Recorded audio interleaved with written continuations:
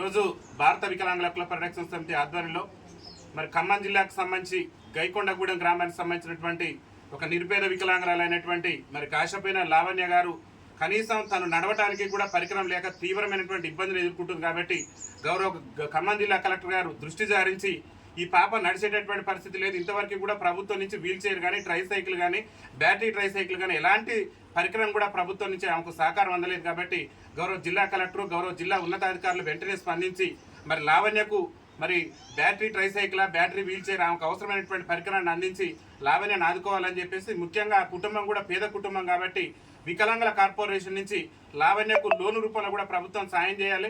ఏదైతే తెలంగాణ రాష్ట్ర మంత్రి పొంగులేటి శ్రీనివాసరెడ్డి గారు చెప్తున్నారు, ఇందిరమ్మ ఇళ్లలో వికలాంగులకు ప్రియారిటీ ఇస్తున్నాం, వికలాంగుల రిజర్వేషన్ ఇస్తున్నామని చెప్తున్నారు. మరి ఖమ్మం జిల్లాలో ఉన్నటువంటి మా వికలాంగుల సోదరైనటువంటి లావణ్యకు కూడా వికలాంగుల కోటాలు ఇల్లు కట్టించి ఆమెను ఆదుకోవాలని చెప్పేసి భారత వికలాంగుల హక్కుల పరిరక్షణ సమితి రాష్ట్ర కమిటీ పక్షాన మేము విజ్ఞప్తి చేస్తున్నాం. ఎందుకంటే వికలాంగురాలై ఉండి ఇప్పటి వరకు కూడా ప్రభుత్వం నుంచి కేవలం పింఛన్ తప్పితే ఎలాంటి సహకారం అందక మరి ఆ వికలాంగురాలు ఇబ్బంది పడుతుంది. కాబట్టి దయచేసి ఈ పాప వేదనను ఈ పాప బాధను చూసి గౌరవ మంత్రి గారు, జిల్లా కలెక్టర్ గారు, అదేవిధంగా జిల్లా వికలాంగుల సంక్షేమ శాఖ అధికారి గారు వెంటనే స్పందించి ఈ పాపకి బండి మంజూరు చేయాలని చెప్పేసి మేము విజ్ఞప్తి చేస్తున్నాం. దాంతోపాటు తెలంగాణ రాష్ట్రంలో వికలాంగులు అనేక సమస్యలతో మా వికలాంగులు అల్లాడిపోతున్నారు. గౌరవ రాష్ట్ర ముఖ్యమంత్రి రేవంత్ రెడ్డి గారు ఇస్తున్నటువంటి 6,000 రూపాయల పింఛన్ను తక్షణమే 6,000 రూపాయలు ఇవ్వాలి. అదేవిధంగా ఆర్టీసీలో కూడా మా వికలాంగులు బస్సు ఎక్కాలని అంటేనే భయపడే పరిస్థితి వచ్చింది. ఇలా ఆర్టీసీలో ఉచిత ఏదైతే ఫ్రీ బస్ పెట్టిన దగ్గర నుంచి కూడా మా వికలాంగుల సీట్లలో వికలాంగులు కూర్చొనియకుండా వికలాంగుల సీట్లు వికలాంగులకు ఇవ్వకుండా మమ్మల్ని ఇబ్బందులు గురి చేస్తారు. కాబట్టి గౌరవ ముఖ్యమంత్రి గారు, తెలంగాణ రాష్ట్ర రవాణా శాఖ మంత్రి అయినటువంటి రేవంత్ రెడ్డి గారు ముఖ్యమంత్రిగా బాధ్యత తీసుకోవాలి. రవాణా శాఖ మంత్రి పొన్నం ప్రభాకర్ గారు కూడా బాధ్యత తీసుకొని వికలాంగుల సీట్లు వికలాంగులకే కేటాయించే విధంగా చర్యలు తీసుకోవాలి.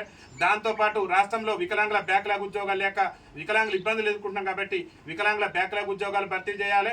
నిన్న మొన్న తమిళనాడు పిసిసి అధ్యక్షుడు లేఖ రాసిండు, తెలంగాణ పంచాయతీ మున్సిపల్ ఎన్నికల్లో ఖచ్చితంగా మన కాంగ్రెస్ పార్టీ వికలాంగులకు రిజర్వేషన్ ఇవ్వాలని చెప్పేసి మరి తమిళనాడు పిసిసి అధ్యక్షుడే రాష్ట్ర ముఖ్యమంత్రి రేవంత్ రెడ్డి గారికి లేఖ రాశారు. కాబట్టి ఆ లేఖ మీద రాష్ట్ర ముఖ్యమంత్రి గారు, రాష్ట్ర పంచాయతీరాజ్ శాఖ మంత్రి గారు వెంటనే స్పందించి రాబోయేటటువంటి పంచాయతీ ఎన్నికల్లో వికలాంగులకు రాజకీయ రిజర్వేషన్ కల్పించే విధంగా చర్యలు తీసుకోవాలని చెప్పేసి మేము భారత వికలాంగుల హక్కుల పరిరక్షణ సమితి రాష్ట్ర కమిటీ పక్షాన్ని విజ్ఞప్తి చేస్తున్నాం.